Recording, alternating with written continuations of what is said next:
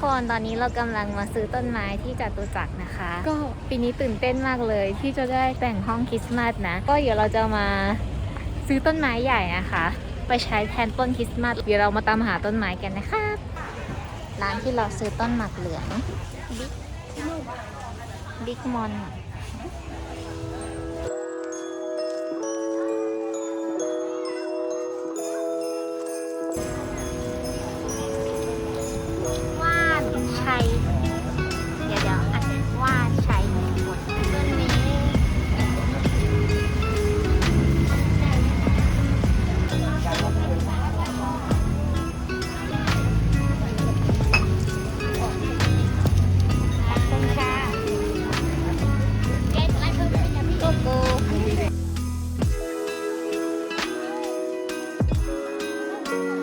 เราเจอต้นมะกอก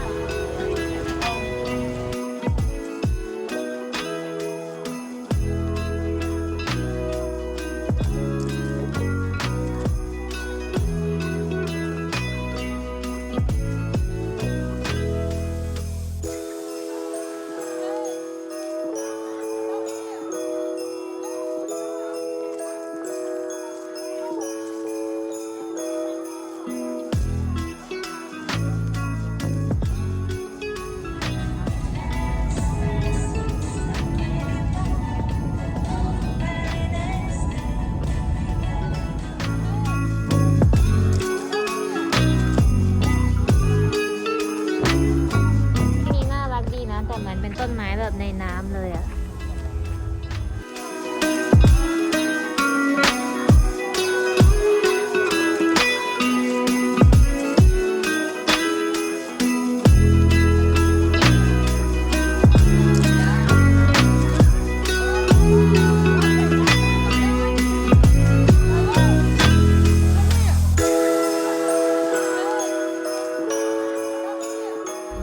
ออกมาจากตลาดนัดแล้วรู้สึกว่าการตามหาต้นไม้นี่มันยากจังเลย โดยเฉพาะสิ่งที่มันพิเศษสำหรับเราเนี่ยมันยิ่งตามหายาก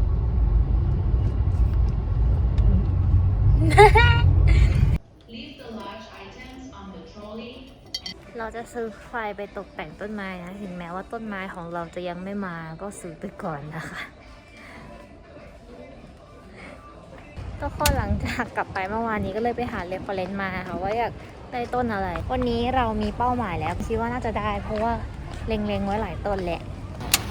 อ๋อรถธรรมดาไม่เป็นพิเศษอยากเป็นผู้บริโภคมากแล้ววันละครั้งก็พอแล้ว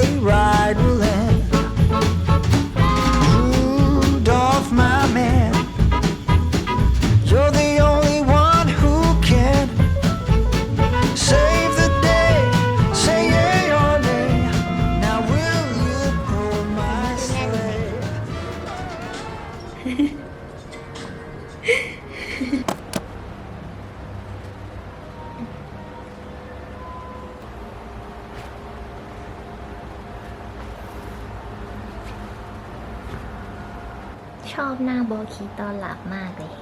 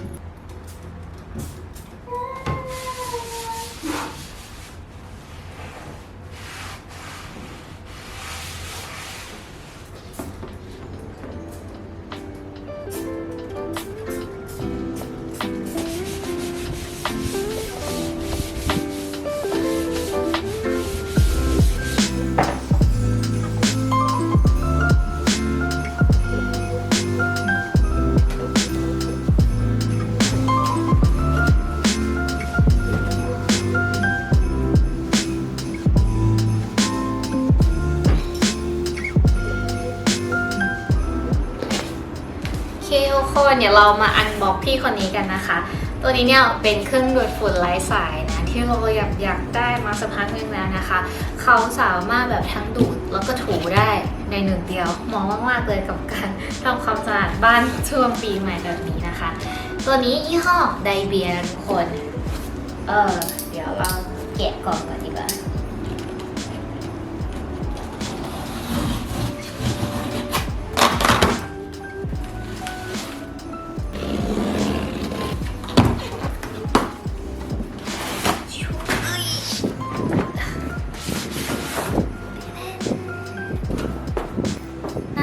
จะเป็นแบบนี้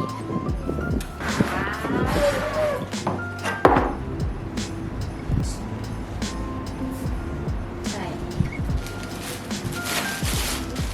เหมือนเวลาใส่เราต้องดูตรงเนี้ยมันจะมีรูไว้สำหรับล็อกแหละทุกคนโอเค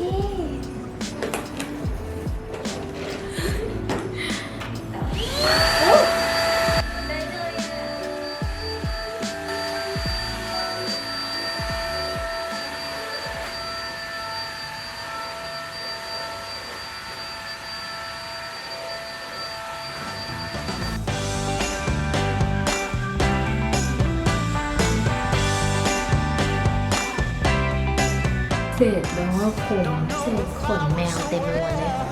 เดี๋ยวเราจะลองเปลี่ยนหัวมาเป็นIn this puzzle I used to call my life Oh no Didn't even care enough to be dismissive I just kept keeping on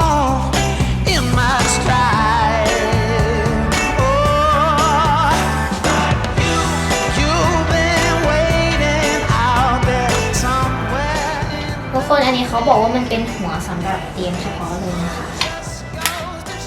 มันจะปรับระดับความแรงอย่างนี้เลยเมื่อกี้เพิ่งดู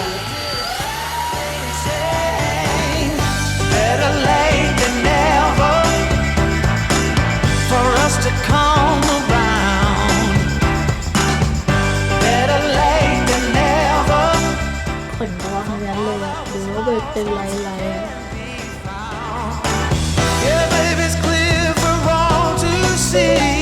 That one and one makes three perfectly. Better late than never for you and me. Now it all has changed for the better. Yes it has, baby. Even in ways I never. อันนี้คือหัวดูดที่เหลือนะคะหัวดูดที่สามารถใส่น้ำลงไปแล้วก็ถูพร้อมดูดได้เลยนะคะส่วนตัวนี้ก็จะเป็นหัวดูดที่มีแปรงเอาไว้ดูดพวกผ้าม่านต่างๆแล้วก็หัวชาร์จนั่นเอง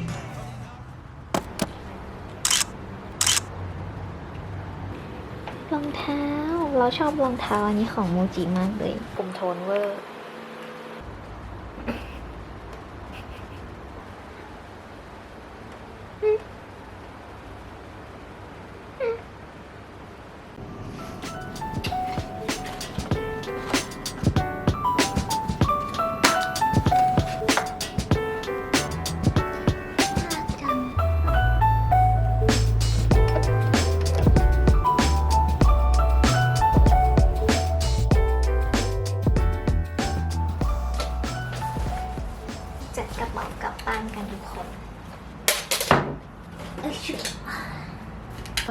ทิตย์นี้เราจะกลับบ้านนะ ก็จะมาจัดพวกสกินแคร์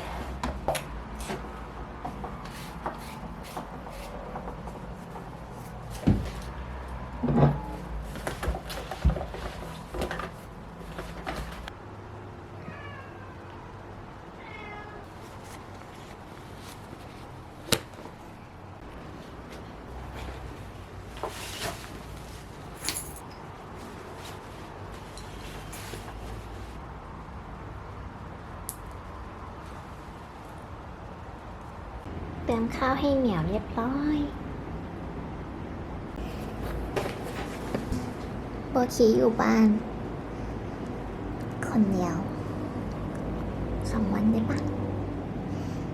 โบชีเดี๋ยวแม่มานะ โอเคเฝ้าบ้านนะ เฝ้าห้องหรือเปล่า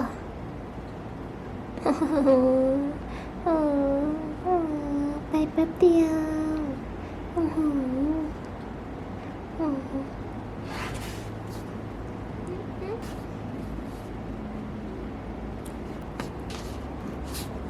เอ้ย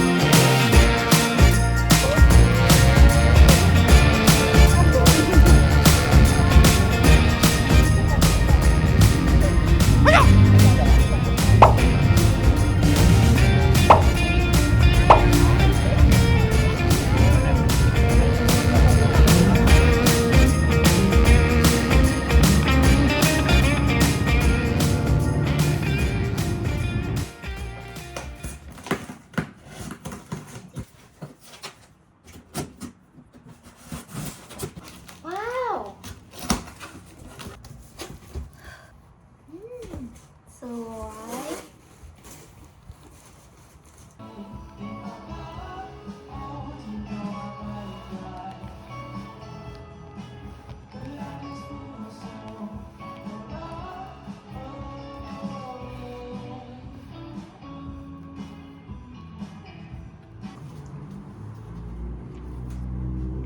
บายบายปี